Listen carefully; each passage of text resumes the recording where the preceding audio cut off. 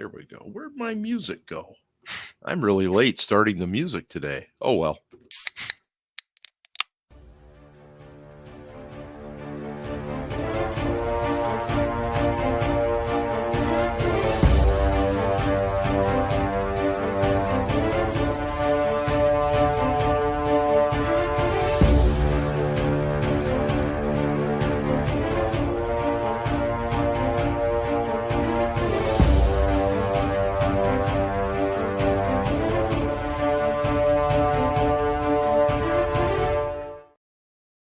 Hello, everybody. Welcome back to the SCB Steelers Podcast, presented by DEK Roofing Incorporated of South Florida. We are very, very proud to be part of the Variety Sports Network. And, of course, the show originates from the Bradshaw Bourbon Studios. And this comment that just came up, for some reason, I couldn't wait for this podcast. George, let me tell you, man, if we did this show on the same night as games or even within the first couple nights after games, I think we'd probably be banned from the internet. I can't even begin to tell you. So we build it up all week. We try to relax. We try to catch our breath. We try to find some rational feelings, and then we let it out. Of course, the alcohol that we have on this particular show probably doesn't help with that. But anyway, welcome, Scarps. Welcome, Ben. Ian is in the midst of technical difficulties and will be with us shortly. And so with that said, let's just get to the important thing. What are we drinking tonight? Scarps, what are you having this evening? It's the Southern Tier Pumpkin. It's pretty good. It's pretty heavy. Pumpkin beer? Pumpkin beer? Is that, yeah. Pumpkin? Is that what I heard? Yeah, Southern Tier Pumpkin. I don't know. It's like 9%. It's good. It's not my favorite. Love packs a wallop, but you can only drink like one of them. Yeah, that's why pumpkin beer. So that's the key. You start off with the pumpkin, and then you work your way to the Surge White Claws. Okay. Okay. There we go. And Ben, what do you got going tonight? Redemption High Rye Bourbon. Oh, Redemption is good. It is. Yeah, and Bat Squatch, which is a venereal disease. Shoots makes this. Who the fuck makes this? Rogue Brewing makes this, and it's a hazy. It's really tasty. Rogue is a good one. Not quite 9%. I think it's like 6.7. Okay. Yeah. Joe's on the Coca-Cola tonight, apparently. Coca-Cola for Joe. We respect that. Ian is a big fan of Pumpkin. He says, drink it in a glass with cinnamon on the rim. Where the fuck is Ian? Well, he's updated. He must be on his phone. All right, that's fine. Yeah, and maybe Freak will be right about this. It's throwing some love to that high rye bourbon is really tasty. It is. It is good. It is. It just is. And I am sticking to the brand tonight. I still got a little bit of my Bradshaw. I got to buy another bottle. I've got one in reserve, but I have one. I have a couple in reserve. Well, you've got an emergency one. I would call that a drastic emergency one. Yeah, like I'm not drinking Super Bowl victory type emergency. I've got a batch number 2. I've got a batch number 1. I don't there you go. One of them, to be honest with you. So batch 12 is the one we're waiting on. Wayne says he's got a Yingling. I actually have a Yingling down at my feet here in the little refrigerator. Haven't had any dinglings in a while. Cracking open soon. All right, let's get to it. People are not here to listen to us talk about alcohol. Well, maybe a little bit. But Ryan, right now we are 2-2. What is your one biggest concern with this team still having 13 games left in 2023? I think my Lots biggest to choose from. Yeah, this isn't necessarily. I'm just gonna say it. My concern is that they're gonna give up and they're just gonna mail it in, and like in all week I kept hearing that Mike Tomlin's never had a losing season and he gets the most out of his team, and we are in uncharted territory for Mike Tomlin. This is his first opportunity to really do something without Ben. And I know he had it in 2019, but that was because of injury. But this is he is not Ben has not been here the last 2 years. Last year was sort of a wash. You didn't know what you were getting with Pickett. They brought in Mitch. And then this year they had a whole off season to prepare. They supposedly built up the line, and everybody sucks. Not everybody, but most of the team sucks. And they just got destroyed by a very, very young and inexperienced Houston Texans coaching staff and team. And the body language is negative. The heart isn't there.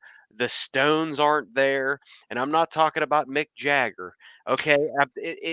This team is, and we'll talk about this later, but this team is one ass kicking away from just completely mailing it in. And we're talking 6-11, 7-10 type of season. But before I throw it to Ben, that's what worries me, because we all know the way Harbaugh is operating. John Harbaugh would love nothing better than to give that ass kicking.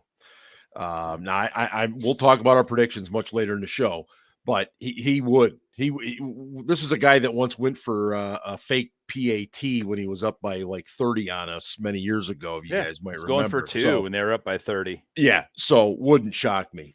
Ben, what is your biggest concern here with this team? The coordinators, man, and it's not just Canada. I mean, Matt Canada, that's a lost cause, and there are all kinds of rumors they're going to fire him at the bye, blah blah blah. I just don't see it. I'll be very surprised. Pleasantly surprised, I should say, if they were to fire Matt Canada in season. I'd love it, because the guy should be fucking fired. He should have been gone in January, as we've talked about repeatedly. But I just don't see him going anyplace. And Terrell Austin's not much better, man. He's not calling good games. His team is not well coordinated. I'm sorry, I was going to look this up today. The new inside linebackers coach is apparently doing a terrible job, because Cole Holcomb's getting pushed around, and he's showing Aaron Curry. He's showing blockers his side to try and get past them, and they're just shoving him. He's getting blocked by wide receivers. Yeah. He weighs 240 pounds. He's getting blocked by wide receivers that are shoving him out of the way. I'm like, dude, that guy weighs 180 pounds, and he just tossed you. You got to be fucking kidding me. To be fair, TJ Watt also got tossed by John Michie as well. He did. That's very concerning. He didn't get tossed. He did get blocked.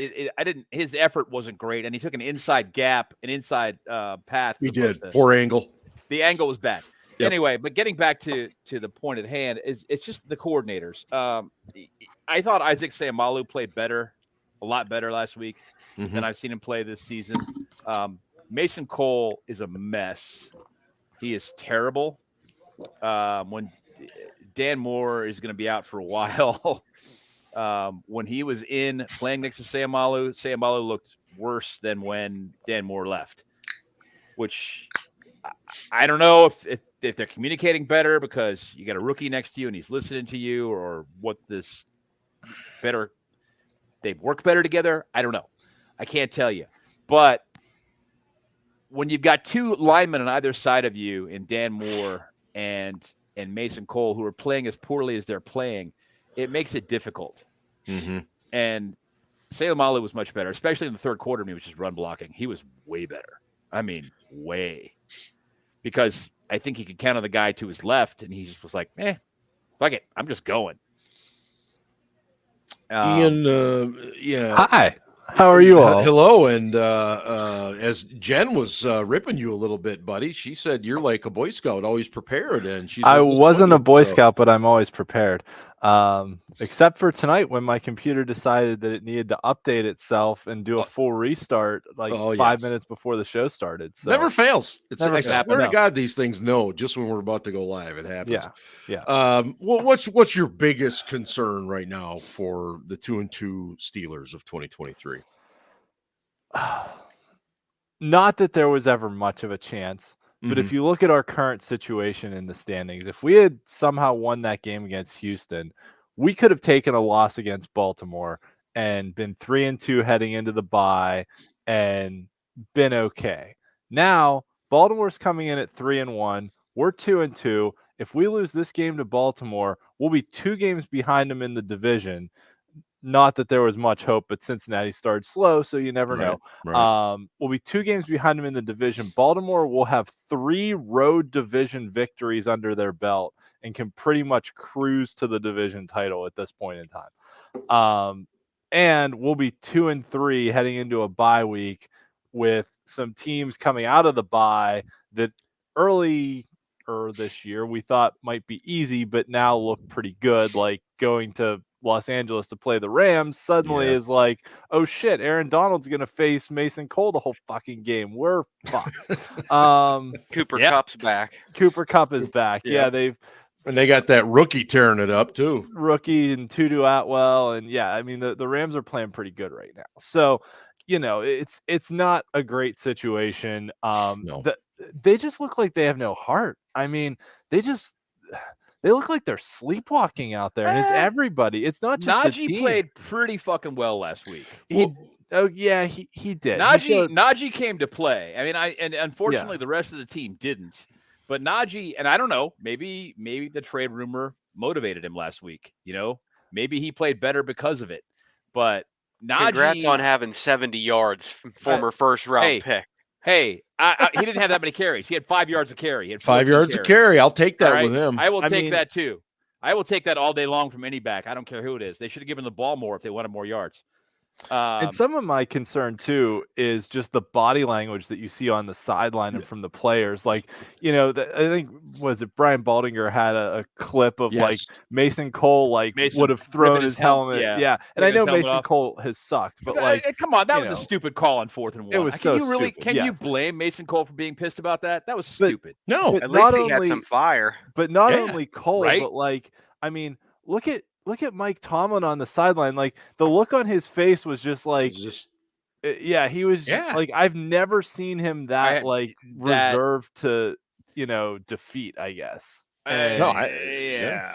Speaking of that 4th and 1, Connor Hayward was wide open on the play. And honestly, Kenny could have just run for it. If he just would have gone to his right, it was there. It was a yard. Mm-hmm. It was a stupid call, stupid execution, stupid all the way around, stupid. It reminded me of the classic case of when a coordinator has something that works and tries to get cute to surprise the opponent and it blows up in your face. Do what works until it's stopped. They're not. Thank you, Mark. This isn't. This is my other issue. They're not even that smart or witty. What they're doing, the hubris is astronomical of this team. They're just lining up and running their shit and being like, we're just going to do our stuff and see if you can stop it. And not only is everybody fucking stopping our offense, but our defense is doing the same thing. They're like, we're not going to game plan for what you do well. We're not going to attack Kendrick Green with stunts and twists. We're just gonna line up and run our stuff and see what happens. And they're doing it on both sides of the ball. Ben said it earlier, like both coordinators have been dog shit this year. It's terrible. But Keanu Benton, okay, and really I'm sorry. I'm trying to be as positive as I can after that ass whipping. Yep. Keanu Benton, if he does not lead the team in defensive line snaps next week, it's a fucking travesty. Well, I think it'll be him and Ogunjobi. He was a stud. He was an absolute fucking stud this week. They kept running away from him, which was fine, whatever. That and they kept running screens at us, and we couldn't stop it because we're stupid. Let me, which becoming kind of a weekly feature here, but well, I mean, that's what you do. If you want to stop a pass rush, you run the ball well, you run the ball effectively. Sure. You establish that, and then you run some screens against that team, and you keep them honest. Oh, I think that offensive coordinator had an outstanding plan. I thought it was perfect, and he called stuff at the right time. Such a horrible fucking job of coaching by the Steelers. Yeah. They were outcoached terribly. Yeah. And I'm sorry. We said we weren't going to get into this that much, but yeah. It's hard not to. Ryan? No. Guys, still there. We can go. Well, what I was going to say is, we kind of get into this weekly thing, and let's face it, it's a quarterback-driven league. But I think in our discussions all week, guys, I don't think there's any doubt, and you can blame the lack of pass protection, the play calling, a lot of things. Kenny Pickett has regressed. I mean, yes. The spin move out of a fairly clean pocket on a 4th and 1. It was fucking clean. Yeah, well, I'm trying to be fair. And it's a regression. He is not looking nearly as confident. And I've said for 2 weeks now that when you aren't confident in what you're doing, you become afraid. And you start to do things you don't normally do, and that's what he reminds me of. And hey, Claude. I think the guys, you heard it from Najee this week and Pickett, and they're saying the right things. They're doing the right things in front of the media and in front of their lockers. But for God's sakes, they don't look like they have any confidence. What are they going to say, Mark? You guys are right. Our coordinator sucks. They should fire him. Are they really going to stand in front of a locker and say that and be the Chase Claypool of the Pittsburgh Steelers? Of course not. Yeah, but you're right. I will say this. Wrong. You're right. They're not going to do that, and they shouldn't. That's fucking stupid. But I will say this. I would like to see someone maybe go off a little bit. Maybe like a TJ Watt. JJ Watt going off on the Texans when he was still there. Remember that rant? Yeah. Was it 2 weeks ago now? Garrett Bowles for the Broncos came out and said, I'm tired of losing. Yes. Ever since I came here, all I've done is lose. And I want to say this, and I want to emphasize this because I do PR for a living.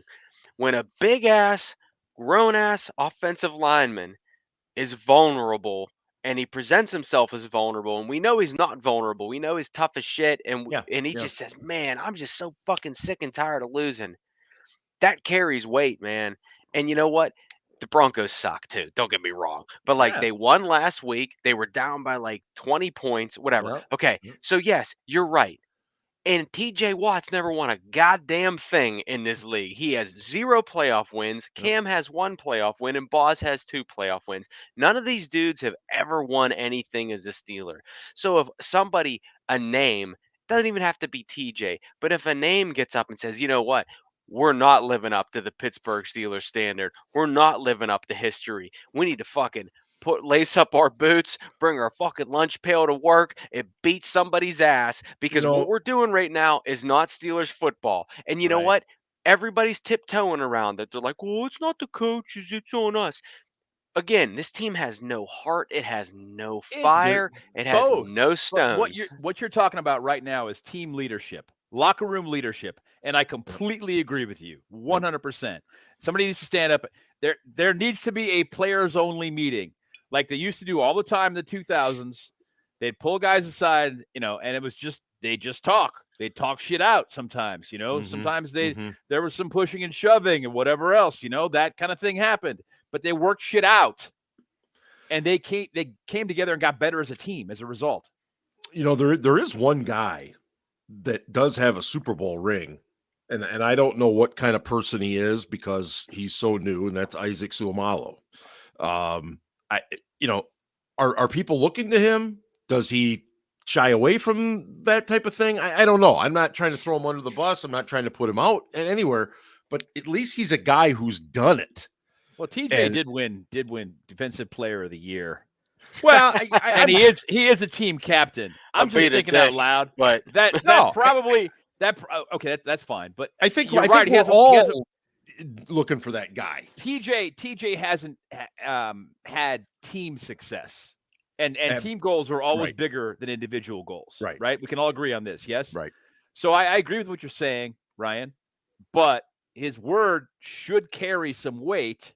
Again, as you alluded to when you were talking before, and he should speak up. I agree with you. One quick thing, and I'll stop for a while.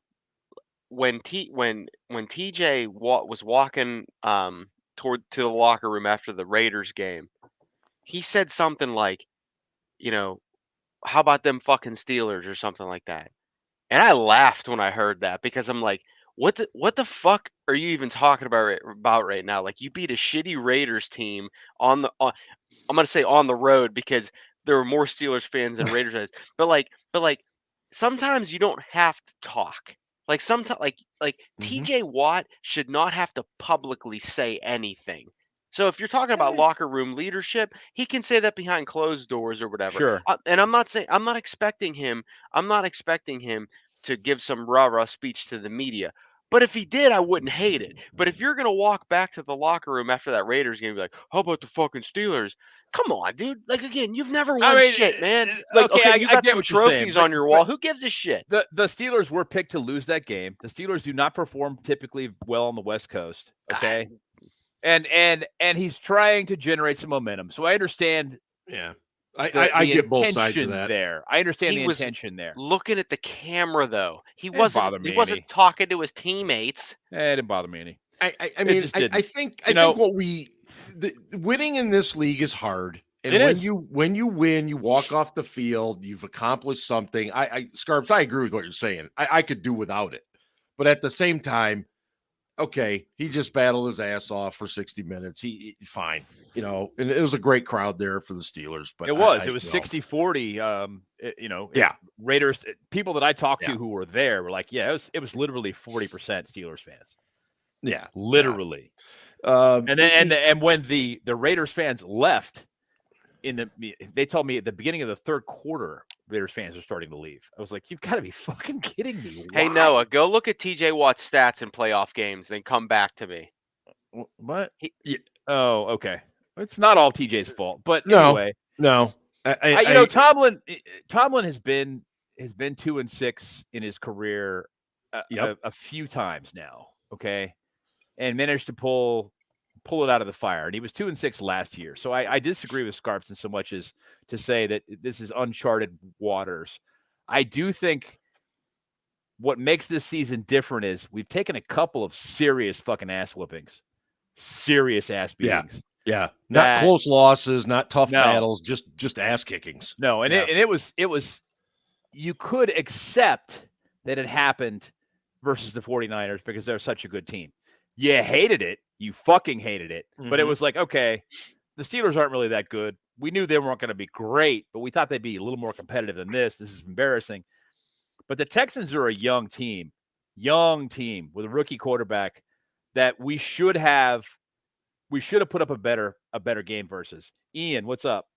No, I was pointing at you that this is exactly the point I was going to make, that the last year we got our ass kicked twice, but it was by Buffalo and Philadelphia, right? And they were Super Bowl contenders. Yeah, you could kind of swallow that. Same with San Francisco this year. Like they made the NFC Championship game last year. They're a great team. You could say they're a Super Bowl contender this year. I think I picked them in our preseason to make the Super Bowl. So, but like that, you could kind of swallow. You didn't like it, but you could swallow it. But getting your ass kicked like that by the Houston friggin' Texans, who picked second in the draft, that sucks ass. Like that's just terrible. That should never happen. And the Texans, as Ryan likes to put it every week when we play some team that whoops our ass, the Texans are what I thought the Steelers were going to be. They are a good young team with a good core of talent that's going to make it exciting. They may not be a contender, but they're going to give their fans something to believe in every week, and it's going to be exciting to watch, and it's going to be fun. That's what I thought the Steelers were going to be this year, and they're not. This is not fucking fun. I don't know about you guys. No, this is not even close. I mean, and that's I think what's frustrating is then, we watch these other games and we see Josh Dobbs, God love him. I mean, Josh Dobbs put up more points against the Niners with Arizona than we were able to put up against the Niners, at home. I mean, we see all these quarterbacks that just show up and they're able to at least put some points on the board and move the ball a little bit. And I'm not totally ragging on Kenny Pickett because I keep saying quarterbacks, but I know it's okay. You should rag on Kenny Pickett a little bit. Pickett's Ian, not. I wanted Ian to give you a shot at answering that question because I haven't gotten it to Ian, you my yet. bad, dude. That's all good. In terms of Pickett, I mean, are you seeing the same regression that I am? Oh yeah, absolutely. I mean, he's not willing to stand in there at all. He looks for his first read and then panics. There's just nothing. He doesn't go through his progressions. He's not stepping up in the pocket. It's my first read's not there. I got to get out of here. Yep. And he's compounding the problem by running himself into pressure and just trying to escape any way he can rather than like actually looking around at his surroundings and seeing where the right place is to go. And it wasn't just the fourth down play where he got hurt. There were other plays too where he ran himself into more trouble than where he was if he had just stayed in the pocket. And yeah, I don't know that touchdown against the Raiders that he threw to Calvin Austin, he stood in there and took a shot. Yes. And took a shot to make a throw, which is what you have to do in this league. He did it later in the game too. I don't think it was a touchdown. It was a big play that he stood in there, got decked, he completed the pass. Yeah. And like what happened to that guy? Yeah, I don't know. He's playing scared right now, which you can't play scared. Like playing scared is why Mason Rudolph got benched for Duck Hodges, right? That's why Duck Hodges looked better than Mason because he wasn't afraid. He sucked, but he wasn't afraid to make mistakes. He wasn't afraid. No. I mean, let's be honest. He was terrible, but he wasn't afraid to make mistakes. He was bad. But nevertheless, like Kenny's just playing scared right now. And, I think to part of that, I said in my prediction last week that the Texans had no fear. They were going to come out and play YOLO ball, and they were just going to take shots. And if it got intercepted or if it was completed or whatever, like Stroud missed some passes really bad. There were some really darn good throws. But he hit some really damn good ones too. Yeah, exactly. That guy is not normal. That is no, not. He's got a beautiful normal. touch on the ball. Oh my God, doesn't he? I like and that. And his throwing motion is so efficient. It's just like it's a flick of the my wrist. only knock on that kid at all is his size. He's not very big. Yeah, when he gets his body out of position, and we saw this 2 or 3 times, he doesn't throw the ball well. But man, when he gets in position, whoop, yeah. Well, and that brings up another point about Kenny though. That like Kenny. He's looking at his first read. He drops back. He sets his feet. He doesn't know how to reset his feet to another location and like look at the other side of the field. It's one side of the field. My feet are set there. He's got to learn how to reset himself in the pocket or step up, whatever it is. It's mechanics. His mechanics are terrible right now. He needs, and sorry, go ahead. No, you. Well, no, he. His fucking throwing expert doctor or whoever works with him can go on 93.7 The Fan and tweet how great he is, whatever. But anybody watches that game sees he struggles with his mechanics. Like he needs a real professional his to work with especially. him.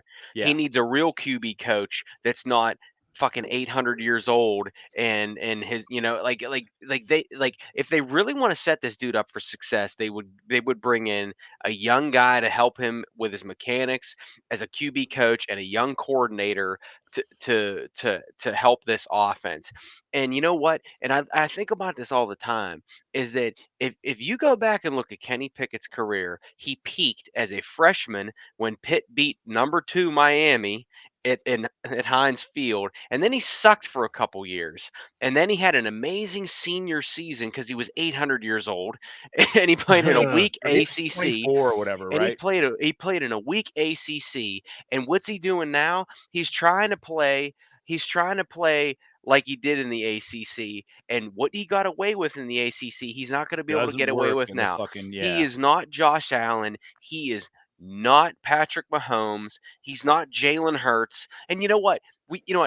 I joke about it and say he'll never beat Joe Burrow. We can only hope he's Joe Burrow, not hurt Joe Burrow. But Joe Burrow, Ben, you talk about this all the time. He throws with anticipation. He trusts his instincts.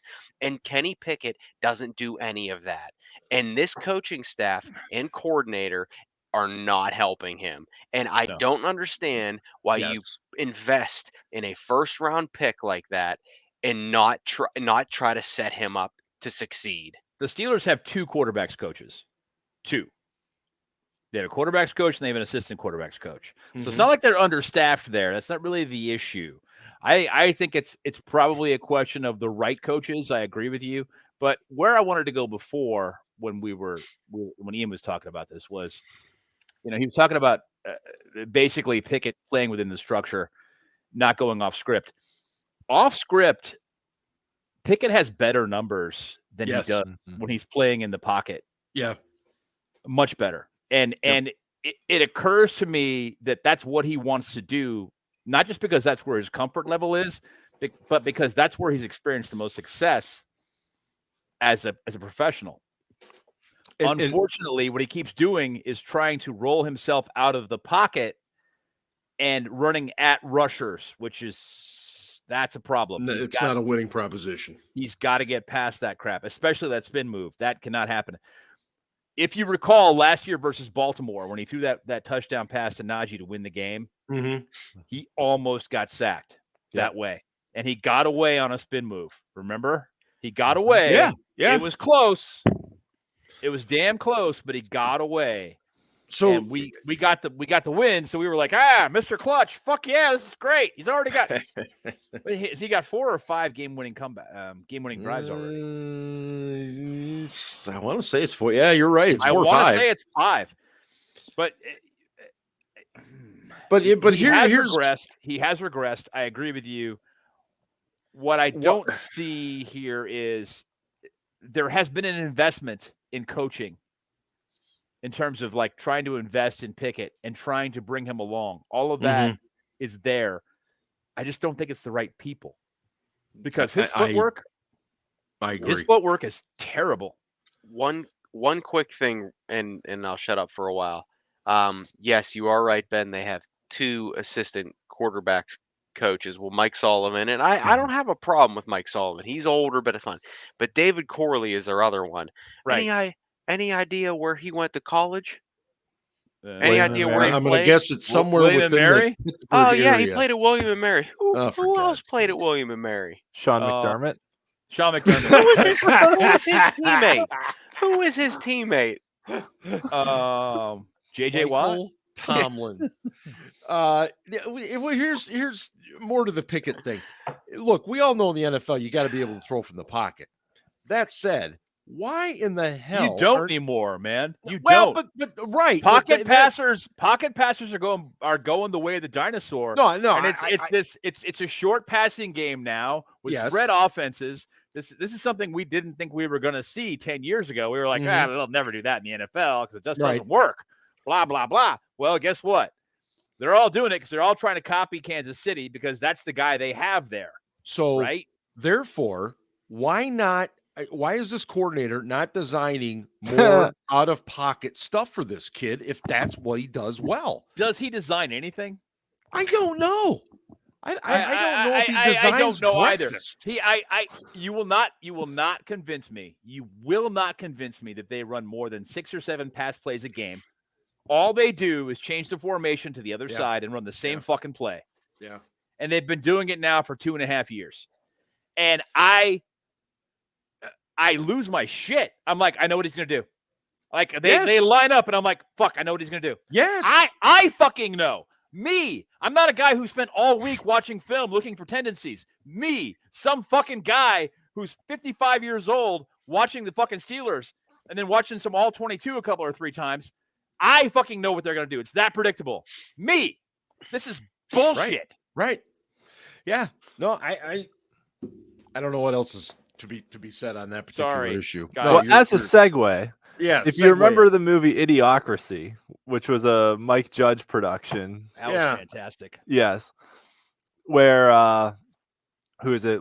Luke Wilson was in it, and he was he was a mediocre soldier in the army and got put in a cryo freeze for 500 years and then woke up and was in the future where everyone was stupid.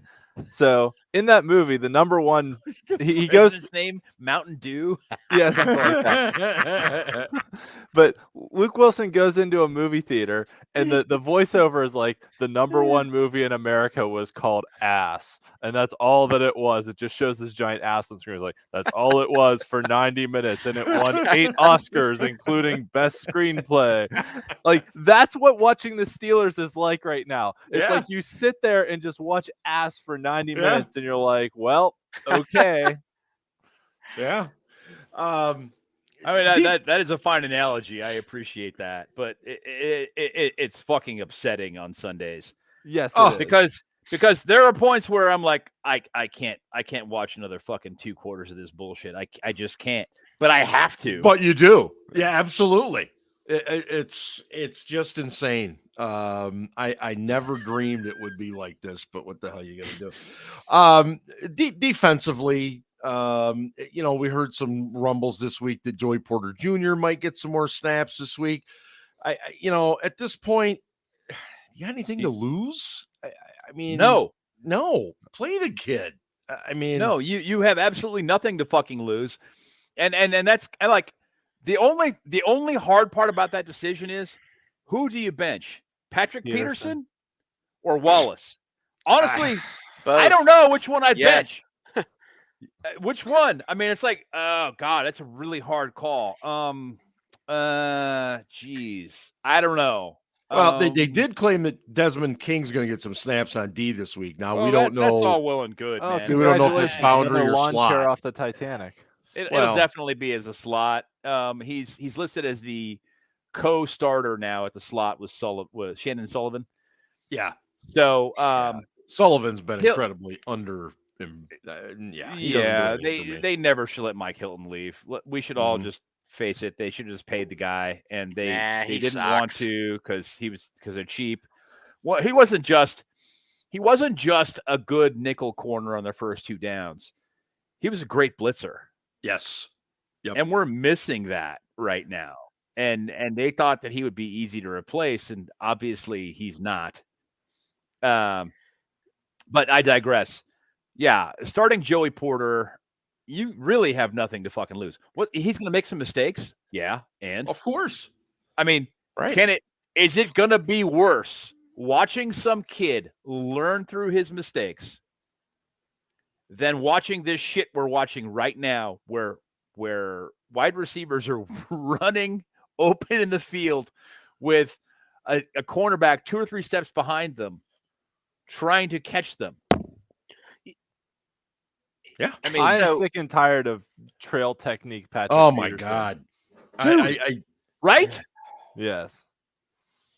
It's just so it's like watching, remember Lawrence Timmons at the end of his career? Yes. Yeah. Oh when he my God. He used to be, he was good at trail technique early in his career with running backs and tight ends. And so it's just like, whatever, it's gonna be fine. No, and then he got old and he just couldn't fucking do it anymore. So they just started throwing at him. You know who else played trail technique all the time was Mike Mitchell.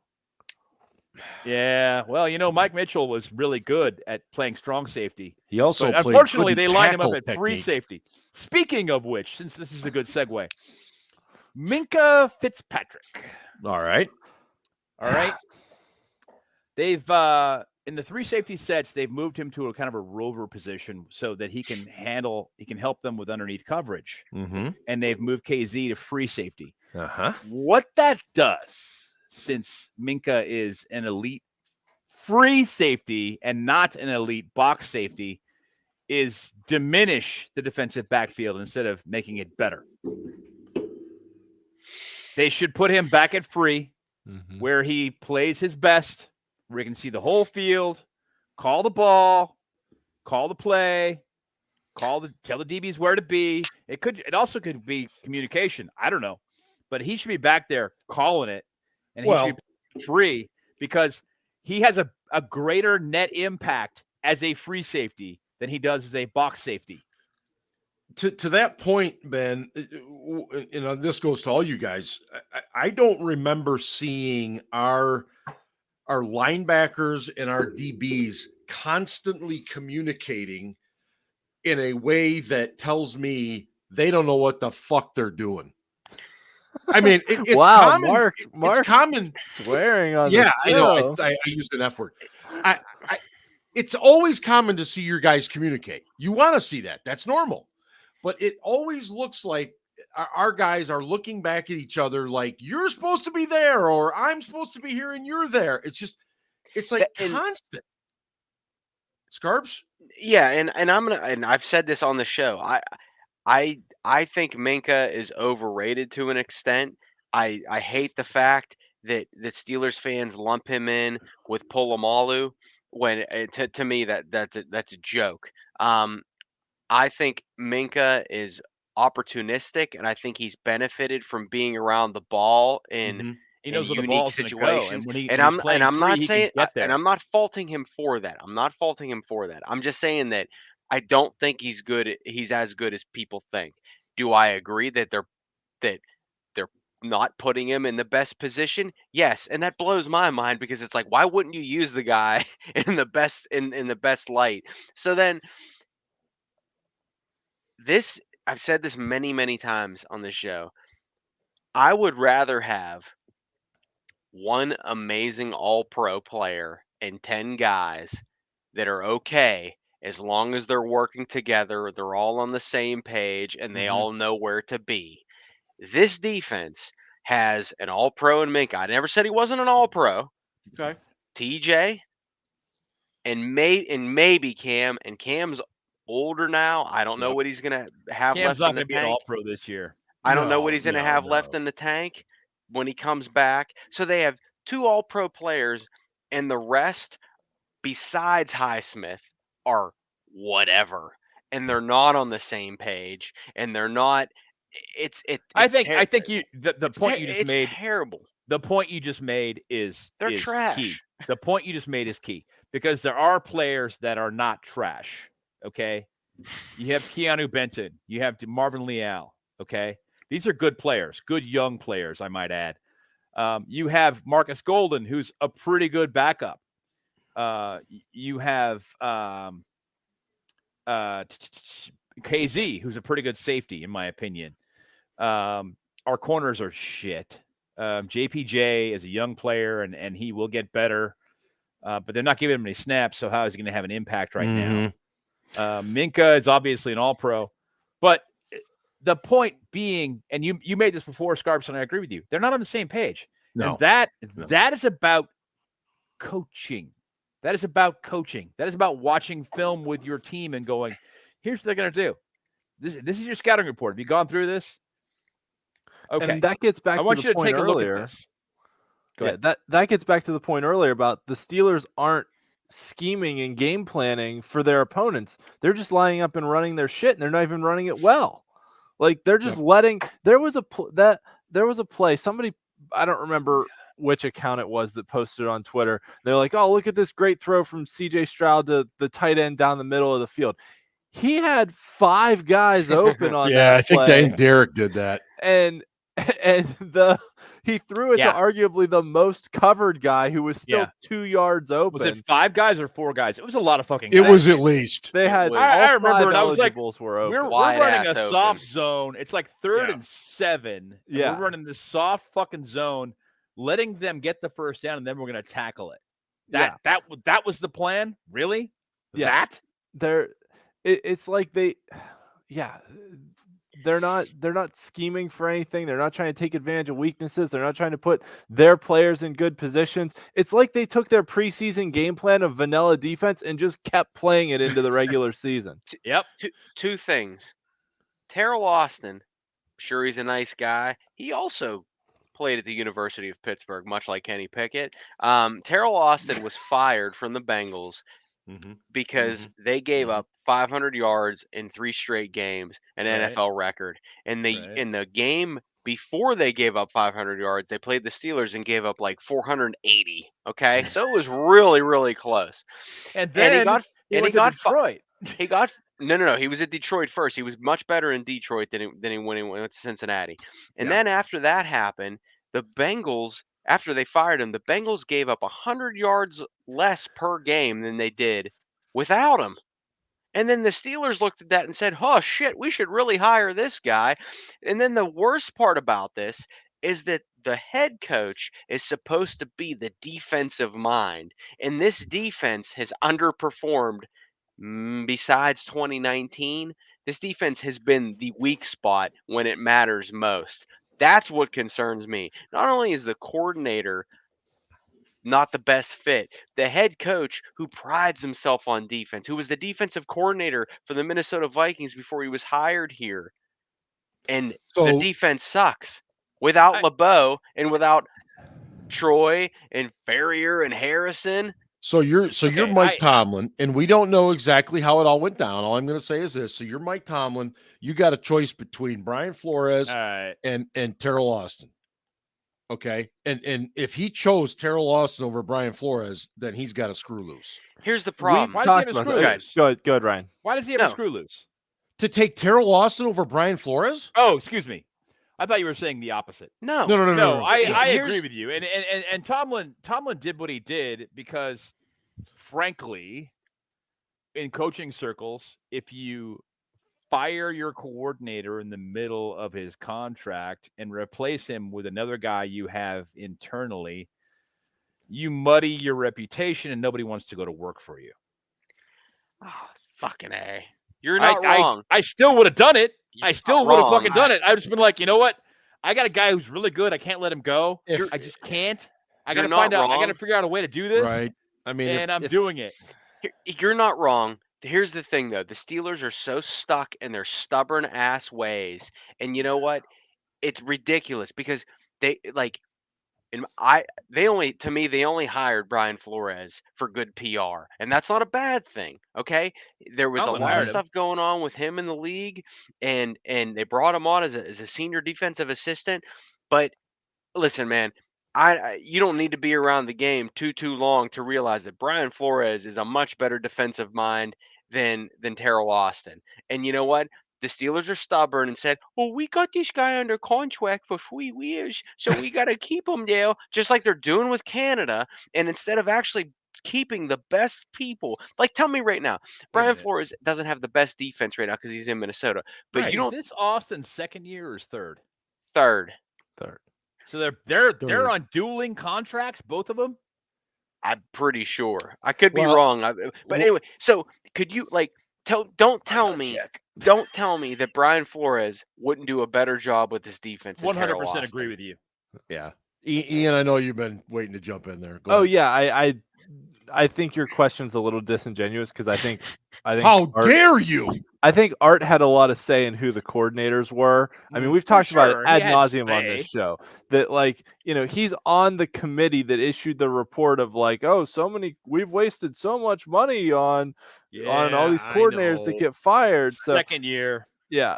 The other thing I'm going to mention too is I did some research this past week. I posted it on Slack and I'll share it with our, podcasting friends here in the chat and those. And all of you should feel honored with this information. Yes. So Ryan hit the nail on the head though. The Steelers are stuck in this old way of thinking of we need to find a guy who's going to be here forever. We need to find the next Dick LeBeau, but on offense or whatever it is. Right.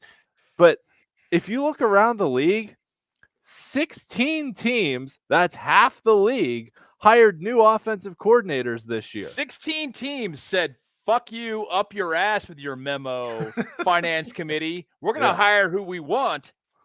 Because we're trying to win. Well, yes. We're trying to fucking win. Yeah, I mean, part of that, 2 out of those were Eric Bieniemy went to Washington and Kansas City had to hire a new one. And then Shane Steichen who's Philadelphia's offensive coordinator got hired as Indy's head coach. So it wasn't everyone firing guys, but a lot of them more went to the Chargers. So half the team turn over their OC. Yes. Half. Not only did half the teams turn over their OCs this year, half the NFL, but 14 hired new offensive coordinators last year. 9 of them are still employed. So that means 25 of the 32 teams, really 31 because Kyle Shanahan's technically the offensive coordinator for San Francisco. So 25 out of 31 teams have hired new offensive coordinators in the last 2 years. Like, that's 75% of the league has an offensive coordinator that's been there less than 2 years. You will never, ever convince me that it wasn't plainly fucking obvious in January that Matt Canada should have been fired. Oh, yeah. Needed to go. And that it absolutely and that he was going eventually anyway. And that being the case, fire him. But I think acknowledge your mistake and move on. I think the point is, like, the data supports Ryan's point, though, that they're stuck in this old way of thinking of, well, we're going to find a Dick LeBeau who can be here for 30 years as a coordinator. Offensive coordinators turn over like crazy these days. Yep. It's either you're good and you get hired as a head coach, or you suck ass and you get fired and they hire somebody else. Like, those are the two options for offensive coordinators right now. Agreed. The Eagles lost both coordinators. Jonathan Gannon became a head coach of the Cardinals, and they were supposed to suck ass, and they're competing at every game with Josh Dobbs. And then Shane Steichen went to the Colts. Let's be frank. Josh Dobbs is not fine. Good. And they are competing. They are competing. Shane Steichen is at the Colts, and they're not supposed to be good either, and they're competing. So it's almost, and the Eagles are humming. It's like they didn't miss a beat. And then you look at Kellen Moore, and it's like, shit, man, the Cowboys lost Kellen Moore. What are they going to do? So Mike McCarthy goes back to his roots and starts calling the plays. And Dallas, I know they had a mix-up against Arizona, but Dallas would beat the Steelers right now by 40 points. Like, let's be real here. Like, what? They're so, they hire coaches based on, well, we need to hire somebody so when they come here, they don't ever go anywhere else. And it's like, what do you I joked about this on the chat, but the Steelers have turned into Hotel California. We've only had 3 coaches here since 1969. It's like, there is no reason why you have to do things the way you used to do. And if you don't continue, like they always say this, we continually evaluate our process. Bullshit. No, you don't. You do the same shit you've always done, and it's finally catching up with you. They changed some things this year. I'll give them credit for that. I don't think it was as successful in off seasons we thought it was, obviously. Should we answer Melvin's question? Yes. Tackle it. To Melvin's question, Art ain't Dan. Art is not a football guy, Melvin. Art ain't Dan. Art is Art's a lawyer by training, and I know he's been on the job for 25 years. Long time. He's been president of the team since 2001, but and before that he worked for the team, but he ain't that guy yet. He's never going to be that guy. No, yeah. He's not. I mean, Dan came up working for the team. Dan was the guy who at 21 told the head coach he couldn't cut players anymore until he came to the owners and told them who he was going to cut. Okay. At 21 years old. Can you imagine at 21 years old going to the head coach and saying, you can't cut players until you ask me first? Imagine that shit. Yeah. That's part of the whole idea that I think that was Walt Kiesling as I read the story.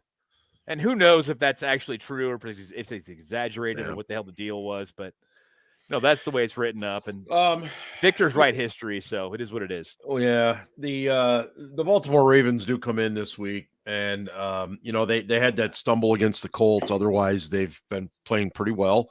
Beat the Bengals on the road, obviously beat Cleveland last week. Now, Cleveland, Deshaun Watson didn't play. They had a rookie at quarterback, so that makes a little bit of a difference unless you're the Steelers playing a rookie quarterback. But I digress. We've had you, Johnny, but he's not on here tonight. Well, he was earlier, but yeah. Was he? He was, yeah. We've had some decent success against Lamar Jackson. How have we come to that? Ian? I like how you just turned to me for the stat questions. Well, not necessarily stat, but how have we been able to limit? No, it's actually it's accurate. The thing the Steelers have always done against Lamar in the past is they've used their outside linebackers as essentially the quarterback spies, as contains. That, I mean, there were plays when Bud Dupree was here that Lamar handed the ball off and Dupree just went straight and pushed Lamar. Like, that he was basically like, I'm going to be here all game targeting you no matter what you do with the ball. And they've used their outside linebackers like that. I tried to misspell the word, and it still is cutting it out because it won't allow profanity. Fuck you, Johnny. All right. The chat won't allow profanity. Sorry. Really? Well, you got it in either way, baby. Okay. Love it. The other thing I'll say, though, is that the Ravens offense this year is a little bit different than it was in the past. Yep.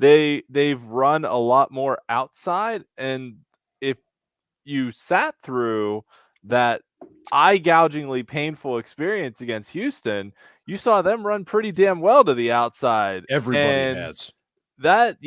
Everybody has. I mean, the Niners did the it. Niners did. The Browns were doing it. Yeah. Yep. I mean, basically what you do is you line up a bunch, formation on that side so you can funnel the outside linebacker out this way, and then you run past him. Yeah. And it's working repeatedly. Or you run a counter play. And over. Yeah. And over. And over. And until we prove we can stop it, they're going to keep running that shit. And our guys on the perimeter, especially our cornerbacks, are not great at tackling this year. This is not fun to watch. Well, how many times has Levi Wallace given up contain on the outside? My God. Dude. Oh. Yeah. So actually, Joey Porter did last week too. Oh, no. He's not the only one.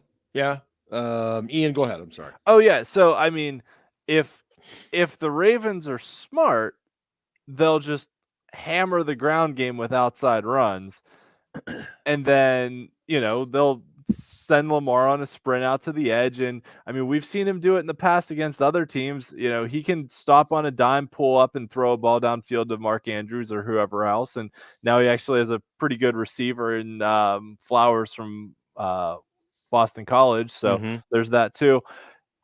So yeah, I mean, this has the potential to be really, really friggin' ugly. The other side of it is, though, for some reason, we have laid absolute turds in games before the Ravens in the past, and then come back and been like, oh yeah, 23-20 in overtime, we beat them. And it's just like, I mean, this is going to be a physical game. Harbaugh gets his teams up for these games. I mean, Harbaugh's beaten us with friggin' Ryan Mallett at quarterback before. Yes, I mean, he gets his teams up for these games. These games are always fucking close. They're always hard stoppers.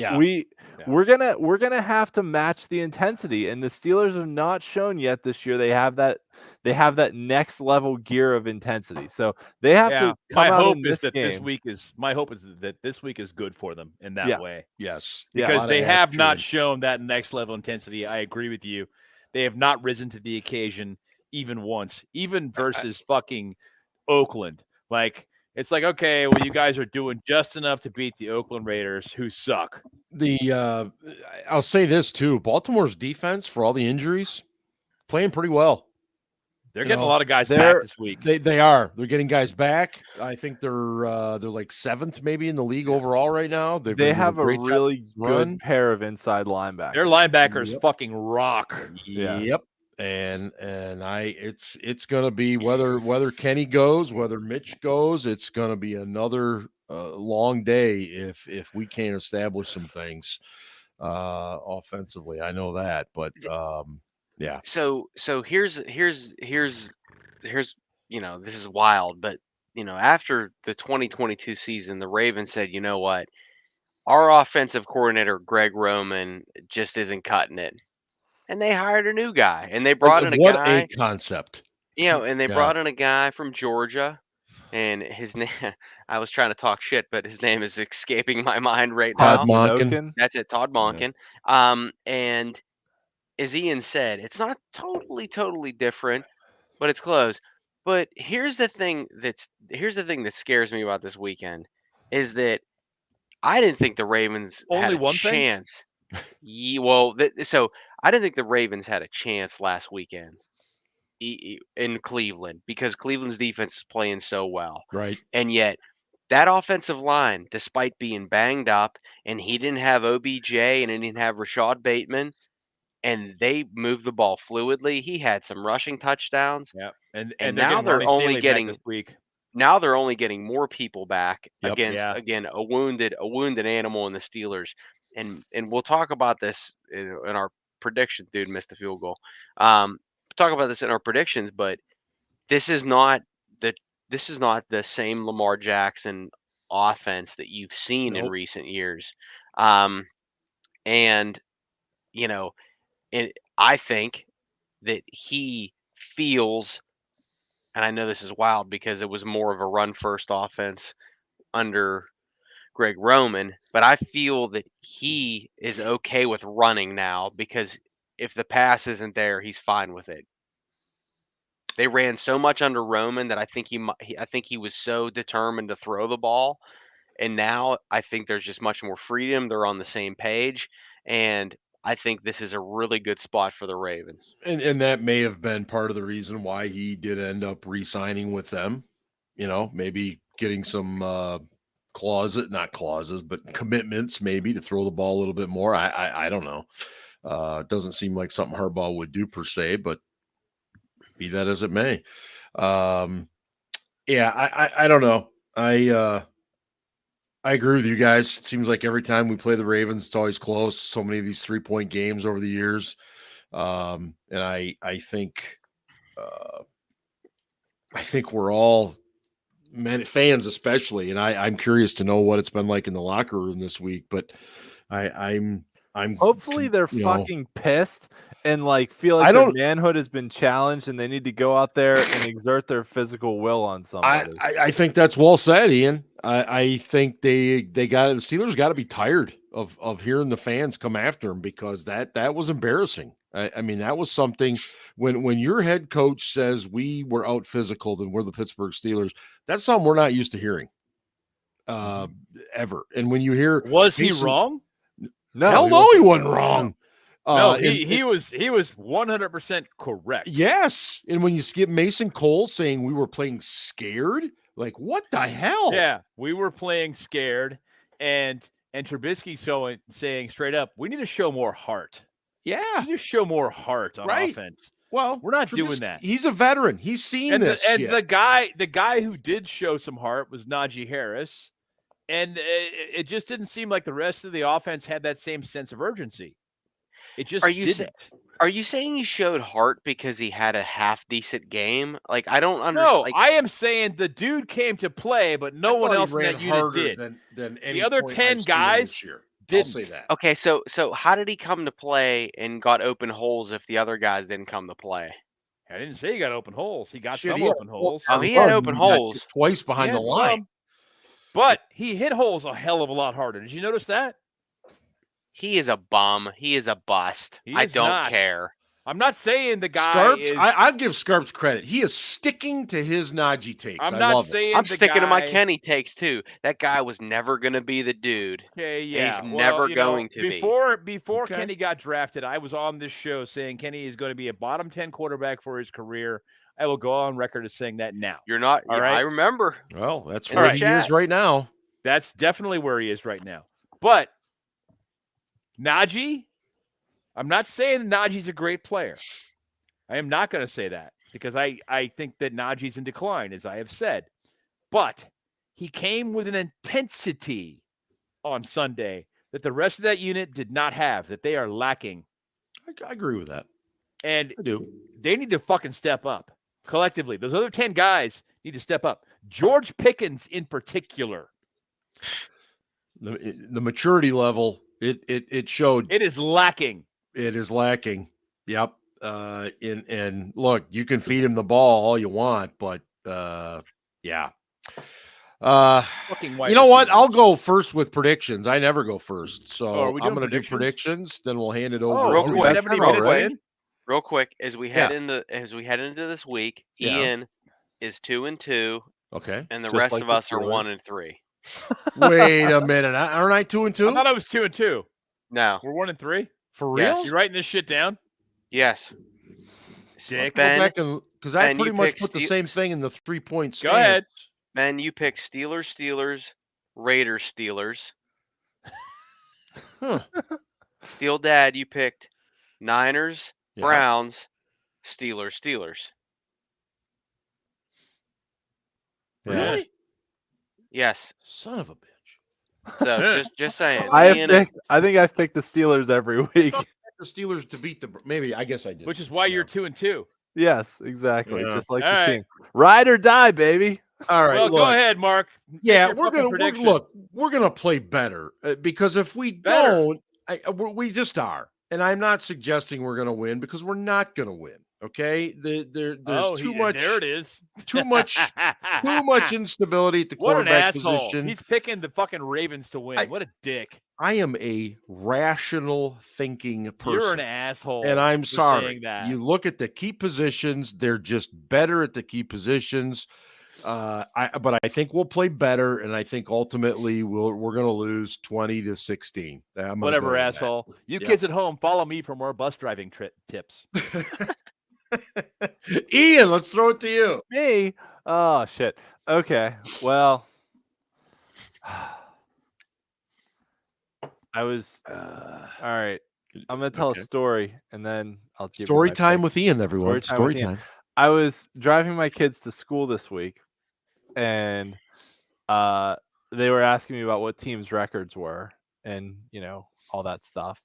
And I said, we're 2-2, and we're playing the Ravens this week. And my oldest son, who's 12, asked what the Bengals' record was, and I said 1-3, and he was like, "Oh, so we're better than them." I was like, "Yeah."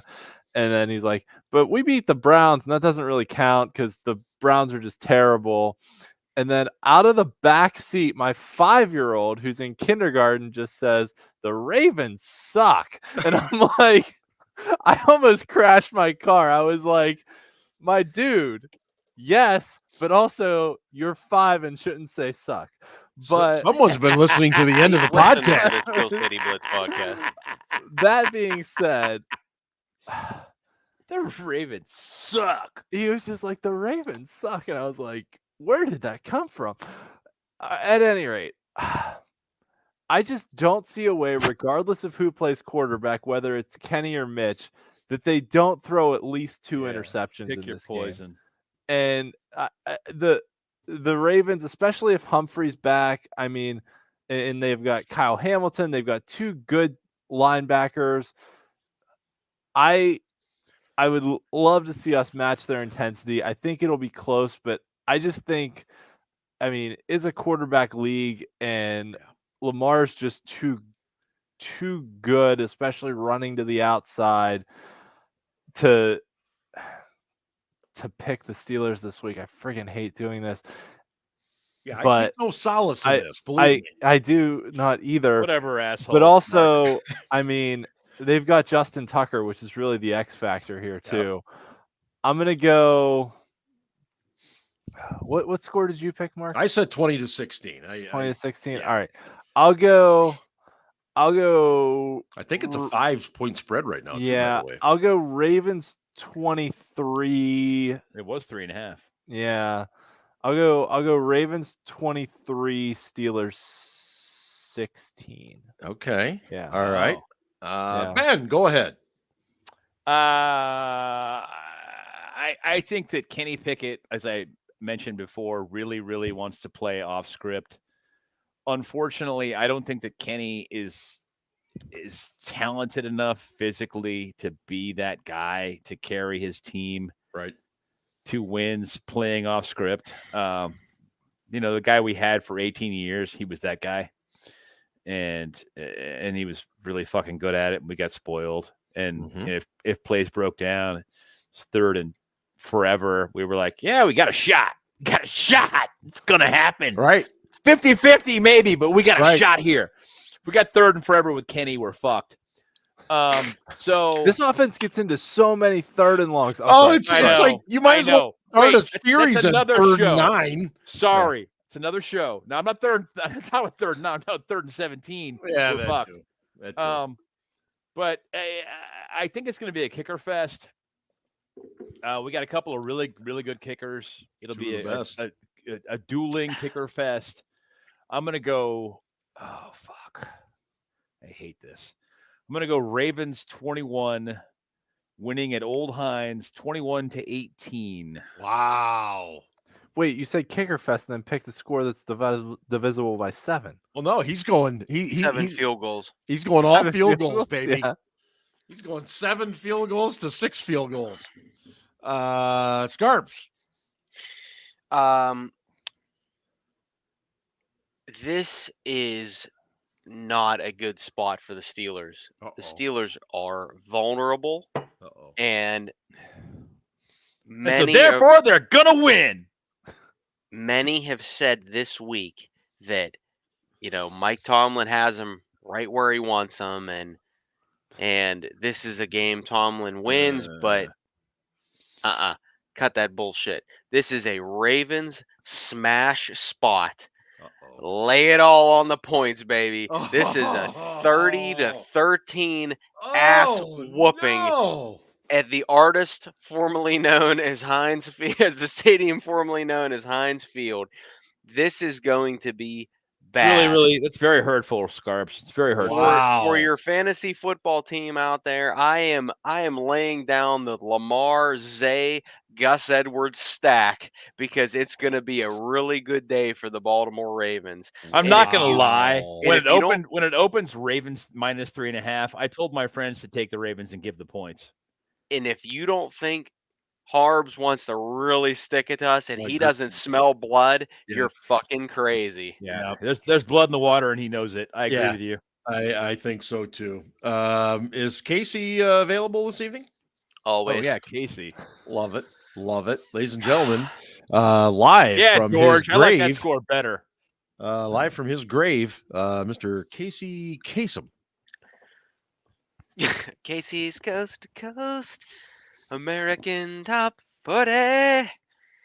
Hello, everyone, and welcome to the week that was October 5th, 1989. Our favorite correspondent, Ryan, is once again back with us this week, and he writes, Dear Casey, Mama say, Mama sa, mamako sa, Mama say, Mama sa, mamako sa. No, those are not the names of the plays Matt Canada has implemented. Those are the lyrics to Michael Jackson's Wanna Be Startin' Something, the first single off his 1983 album Thriller, one of the best-selling albums ever. It only went 34 times platinum. If only Matt Canada could have a millionth of the success Thriller had. Hey, Matt, beat it.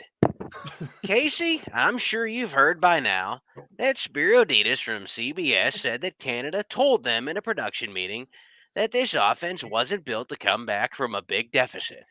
Today, Canada said those comments were taken out of context. He said he was referring to the 49ers game.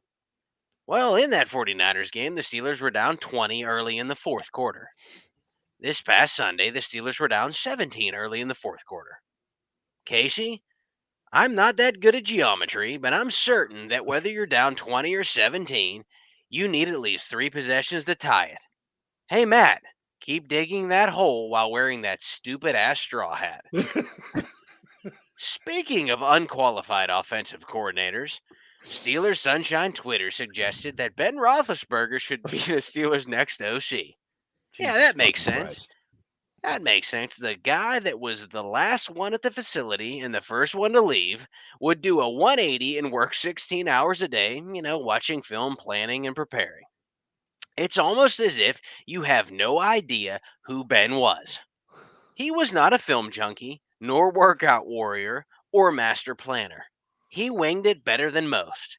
And that's why we loved him. Because he just went out there and did it. If you don't think he wanted to play in 2022, you're crazy. I'm sure he still feels a certain way about how it ended. If you think Ben would ever be the Steelers' offensive coordinator, you're running down a dream. Well, Ryan, at number 26 this week, we have Tom Petty, but not the Heartbreakers. This is off Full Moon Fever, his first solo album, which features members of the Heartbreakers, but it wasn't Tom Petty and the Heartbreakers. Ryan, are you still listening? Are you paying attention? Did you get that? Anyways, Ryan, here's running down a dream. Nice. Well done. And that's what we're doing. We're running down a dream. All right. Holy shit. Wow. I seriously don't know why anyone listen. Yeah, go ahead. I know you want to comment on this. Great players rarely make great coaches. Right. It just doesn't happen. Okay. There are exceptions to the rule. I think Rod Woodson was a pretty good coach. But Tony Dungy talked about this when people wanted Peyton Manning, uncoincidentally, to come back and be the offensive coordinator under Dungy. And Dungy said, yeah, I don't think Peyton would make a very good coach. And the reason that great players don't make good coaches is they look at the game through the lens of what they can do, through their advanced abilities. Okay? And the other players aren't that fucking good. All right? So Ben looks at it from the standpoint of, I know I can do this. You should do it too. So in 2019, when Ben was an offensive consultant under Randy Fichtner, and we had one of the worst offenses in the league, the worst red zone offense in the league. That was kind of a flash. It was kind of a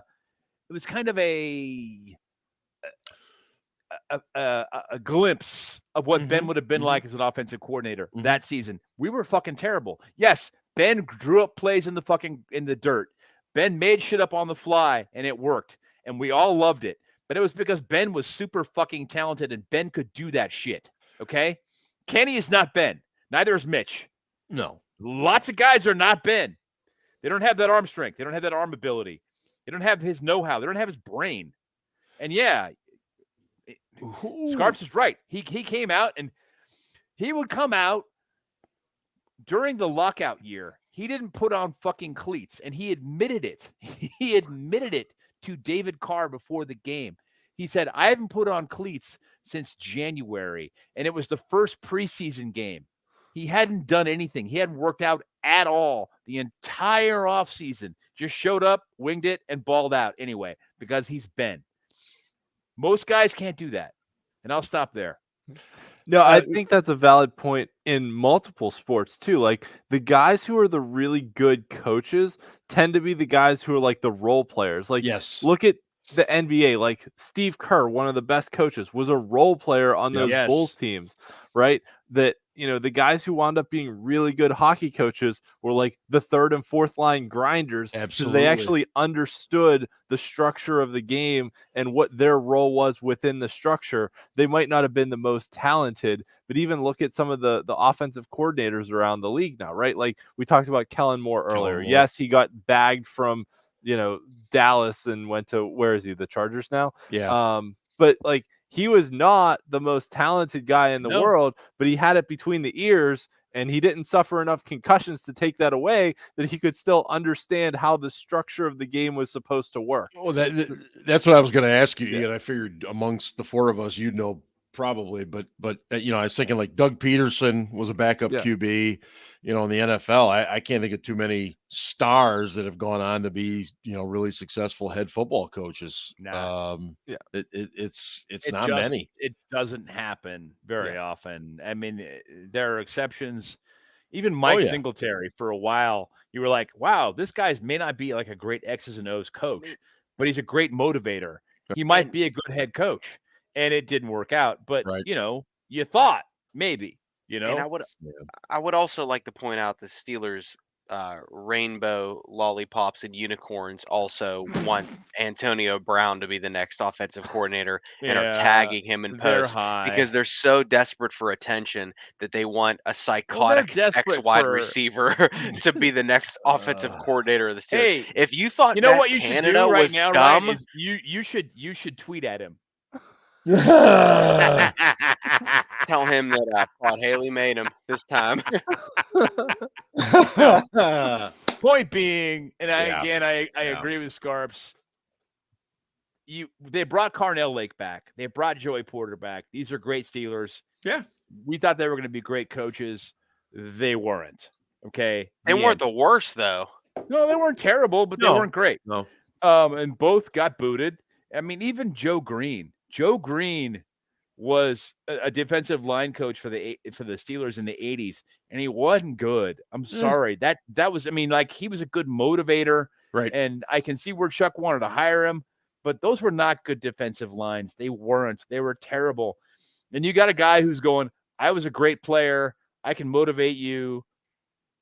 We'll make this happen. Okay, I got it. But from a technique standpoint, you got to have a guy who can teach great technique. Agree.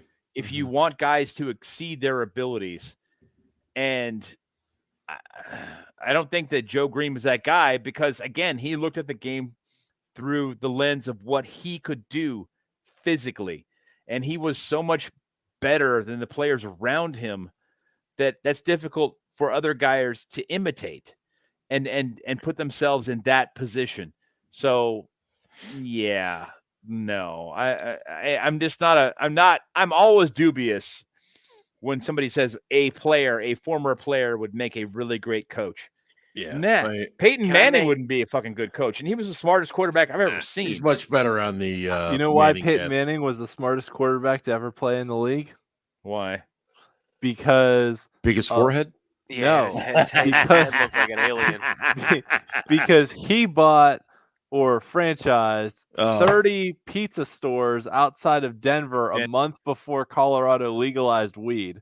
Yeah, and that was pretty goddamn smart. Makes Peyton Manning the smartest quarterback to ever play in the league. Boss move. I want to say something real quick. Eddie Long's over here. Whoever Eddie, bless your heart, Eddie. Justin Fields was balling tonight, and I tweeted this earlier.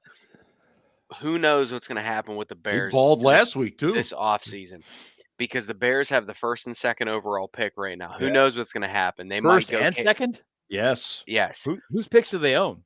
Do they have Arizona's and theirs? Or something?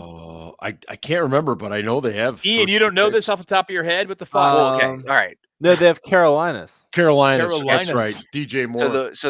So regardless of whose picks they own, they might go quarterback, right? They might take Caleb Williams, whoever. So my point is that could bring in a different offensive coordinator. And I'm telling you this right now, if Luke Getsy for the Bears, who's their OC right now, is available next year and he isn't brought to 3400 South Water Street for at least an interview, the Steelers are fucking insane. Well, Luke Getsy would be great for Kenny Pickett. Luke Getsy has Pittsburgh ties, and I'm fine with Pittsburgh ties, and I'm fine with family if the guy is qualified. Mm-hmm. Not because the guy gave your kid a scholarship. I mean, let's be real here.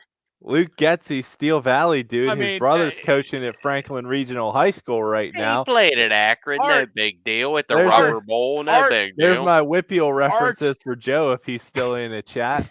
Art Deuce was in on bringing Canada in as quarterback's coach because he wanted to add that dynamic to the offense. What dynamic? Yeah, what dynamic? I agree with you. He sucks. He's not a football guy. Fucking terrible. And even like Steelers fans who were so optimistic about Matt Canada and he's going to add emotion and play action. And, I was hopeful. And then what the fuck? He was a shitty offensive coordinator in college. Why would he be better now? Yeah.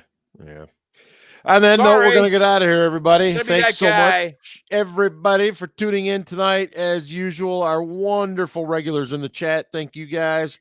And make sure you check out the website at steelcityblitz.com. Check us out on our socials at SC Blitz and, of course, Steel City Blitz on Facebook and Instagram and all that wonderful stuff. For these guys, this is me signing off on the SCB Steelers Podcast presented by DEK Roofing Incorporated of South Florida. And, hey, go Steelers. Send hate mail to Steel Dad. Ravens suck. As always.